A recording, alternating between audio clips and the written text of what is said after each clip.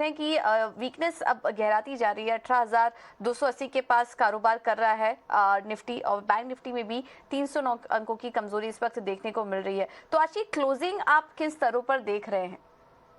जी, very good afternoon. Very good afternoon Pooja, और आपके सभी दर्शकों को बहुत बहुत नमस्कार। देखिए, यहाँ पे अगर हम लोग भारतीय बाजारों की बात करें तो इनफैक्ट कल के सेशन में एक अच्छी रिकवरी देखने के बाद जो आज गैप डाउन ओपनिंग देखने को मिली है, वहां पे कहीं ना कहीं मार्केट एक कंसोलिडेशन फेज के थ्रू गुजरता दिखाई दे रहा है। सुबह से ही हम लोग देख रहे हैं एक सीमित दायरे में कारोबार होता दिखाई दे रहा है। देखिए, अगर हम लोग अगले 1 घंटे की बात करें, क्लोजिंग सेशन की बात करें, तो मुझे लगता है 18,280 के लगभग फिलहाल हम जैसे हम ट्रेड कर रहे हैं, 18,300 का यहाँ पे करंटली काफी स्ट्रॉन्ग हर्डल बनता दिखाई दे रहा है। अगर हम लोग डेरिवेटिव पॉइंट ऑफ व्यू से भी देखें तो 18,300 की कॉल स्ट्राइक पे काफी ज्यादा ओपन इंटरेस्ट ऐड होता दिखाई दे रहा है। तो मुझे लगता है जब तक हम लोग 18,300 को अपसाइड डिसिसिवली ब्रेक नहीं कर लेते, कोई बहुत बड़ी तेजी फिलहाल यहाँ पे देखने को नहीं मिलेगी भारतीय बाजारों में।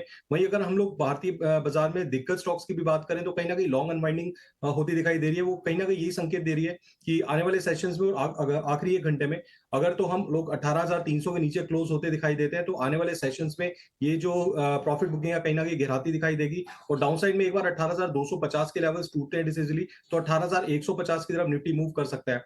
तो यहाँ पे मेरी सलाह रहेगी कि थोड़ा सा यहाँ पे अभी हमें कॉशियस व्यू लेके चलना चाहिए मार्केट में, बिकॉज जिस तरह की प्रॉफिट बुकिंग मार्केट में देखने को मिल रही है, वहां पे कहीं ना कहीं ये पॉइंट आउट होता दिखाई दे रहा है कि बहुत बड़ी तेजी तो फिलहाल नहीं आने वाली मार्केट में।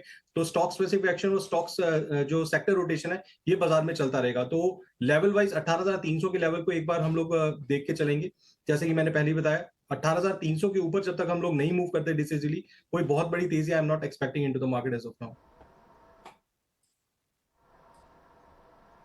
बिल्कुल, तो 18,300 के ऊपर निकलना यहाँ पर ज़रूरी है, तभी यहाँ पर बड़ी तेज़ी देखने को मिल सकती है। और फिलहाल अगर 18,250 के भी नीचे अगर बंद हुए के नीचे निकले, तो फिर एक बड़ी कमजोरी देखने को मिल सकती है। तो इस रेंज पर आप नज़र रखिए।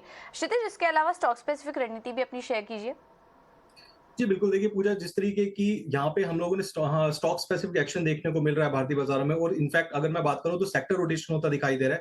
तो आने वाले समय में मुझे लगता है यहाँ पे हमें थोड़ा-सा भारतीय बाजार में दिग्गज स्टॉक हैं, उनके ऊपर से थोड़ा-सा अभी अपना फोकस मूव आउट करना पड़ेगा, और फोकस अभी फिलहाल हमें रखना चाहिए रेलवे स्टॉक्स के ऊपर। इनफैक्ट अगर हम लोग आज सुबह से ही बात करें तो रेलवे स्टॉक्स में कुछ मुझे यहाँ पे हलचल होती दिखाई दे रही है। तो आज की जो मेरी रिकमेंडेशन रहेगी बाय साइड पे रहेगी। इनफैक्ट मार्केट में इतना ज़्यादा पॉजिटिव नहीं हूँ, बट स्टिल मेरी जो रिकमेंडेशन रहेगी बाय साइड पे रहेगी। तो पहला जो स्टॉक रहेगा वो रहेगा आईआरएफसी का, Indian railway finance corporation. Stock अभी फिलहाल ट्रेड कर रहा है 33 रुपए 90 पैसे के आसपास। अगर हम लोग यहाँ टेक्निकल सेटअप की बात करें तो स्टॉक में एक अच्छा मूव ऑलरेडी देखने को मिला है। बीते कई महीनों में स्टॉक ने 23 रुपए से लेके 36 से 35 रुपए तक के मूव वन साइडेड देखने को मिले। उसके बाद एक स्टॉक कंसोलिडेशन फेज के थ्रू गुजर रहा है।